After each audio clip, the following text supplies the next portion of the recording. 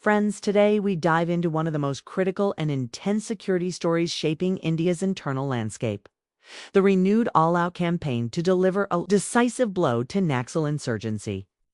At the heart of this story lies a powerful meeting, a war room-style huddle of India's top intelligence officers, security chiefs from states, and union officials, all united by one goal: to eliminate the decades-old threat of Naxal extremism once and for all. For the ordinary Indian citizen, this isn't just a land order issue. It's about development, peace, stability, and the right to live free from the shadow of violence. And when you hear the words decisive blow, you know the government is not treating this as just another security review. It is being treated as a final push, a conclusive mission to dismantle the Red Corridor.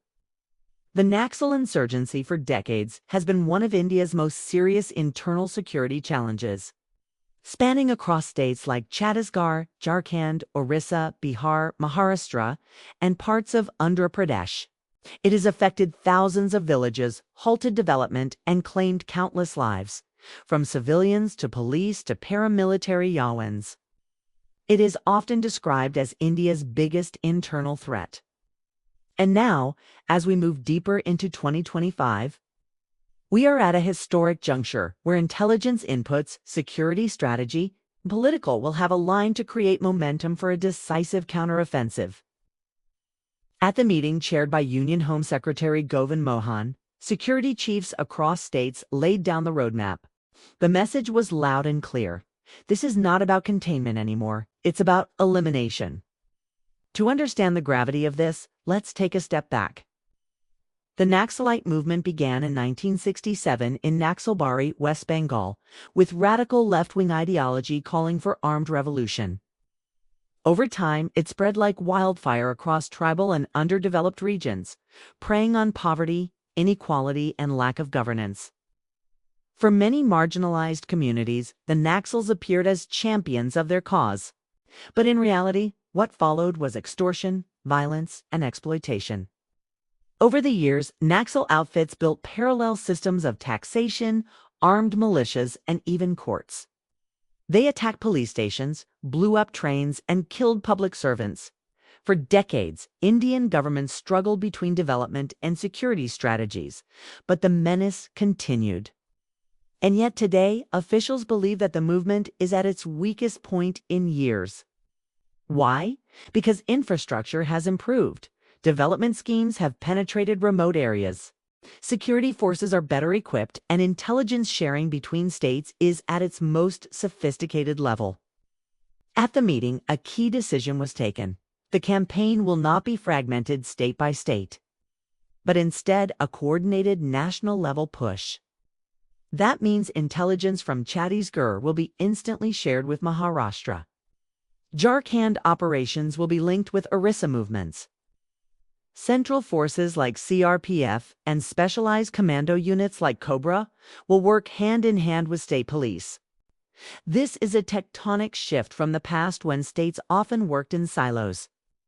And here lies the true story. India is no longer playing defense against Naxals. It is moving to offense. But here's where the strategy becomes more layered. It's not just about guns and bullets. Security chiefs have emphasized a twin-track approach: eliminate hardcore armed cadres while accelerating development in cleared areas. The logic is simple. If you take away the sense of alienation among tribal communities and provide them roads, electricity, schools, healthcare, and jobs, the support base for Naxals evaporates. In other words, the operation is both military and developmental. This is why, alongside the CRPF, ministries like Rural Development and Tribal Affairs are also deeply involved. Now imagine the scale of this. There are more than 90 districts in India that were once classified as Naxal affected. Today, that number has shrunk to less than 50, and the government wants it down to 0 by March 2026. If this campaign succeeds, it would be the most significant internal security victory in decades. For perspective, this is like dismantling a parallel state that existed within India's borders for over half a century. And it's not just about statistics.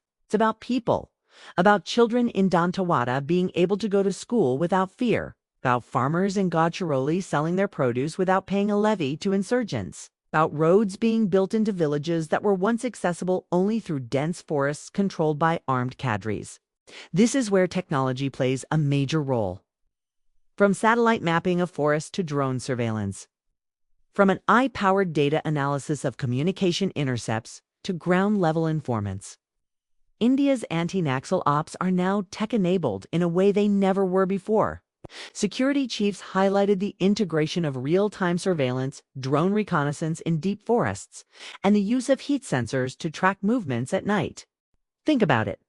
Insurgents who once hid in the cover of darkness now face a challenge from machines that can see without light. This levels the battlefield like never before. Another critical aspect is financial choking. Naxals have long depended on extortion, illegal mining, and forest produce levies. The government is cracking down on these sources with unprecedented coordination. Mining companies, contractors, and transporters are under strict watch. Financial intelligence units are tracking suspicious cash flows. Hawala channels are being dismantled. Without money, the ability of Naxals to sustain armed struggle weakens dramatically. As we imagine this scenario, let's reflect on the human cost. Security personnel put their lives on the line in jungles where an unseen IED can take lives in an instant.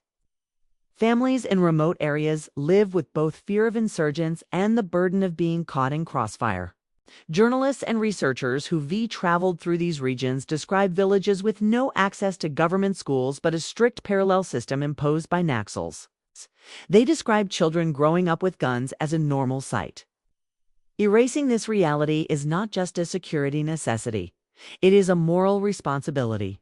The government's message today is not just aimed at Naxals.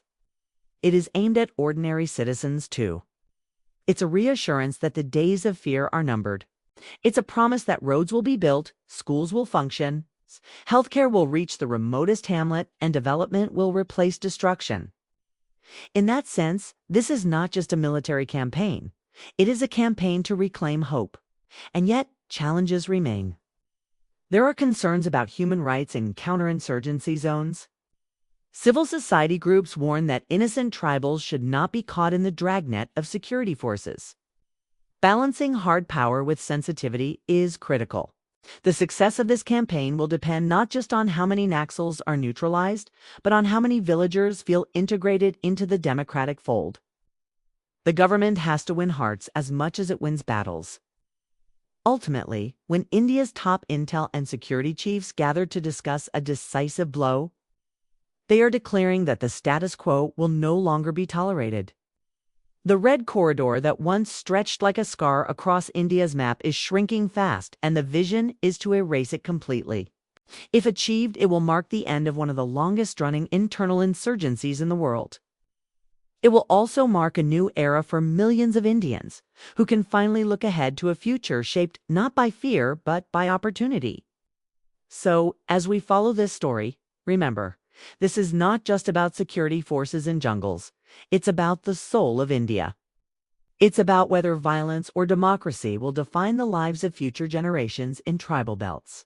And today, with the alignment of intelligence, strategy, and political will, the scales are tilting toward democracy.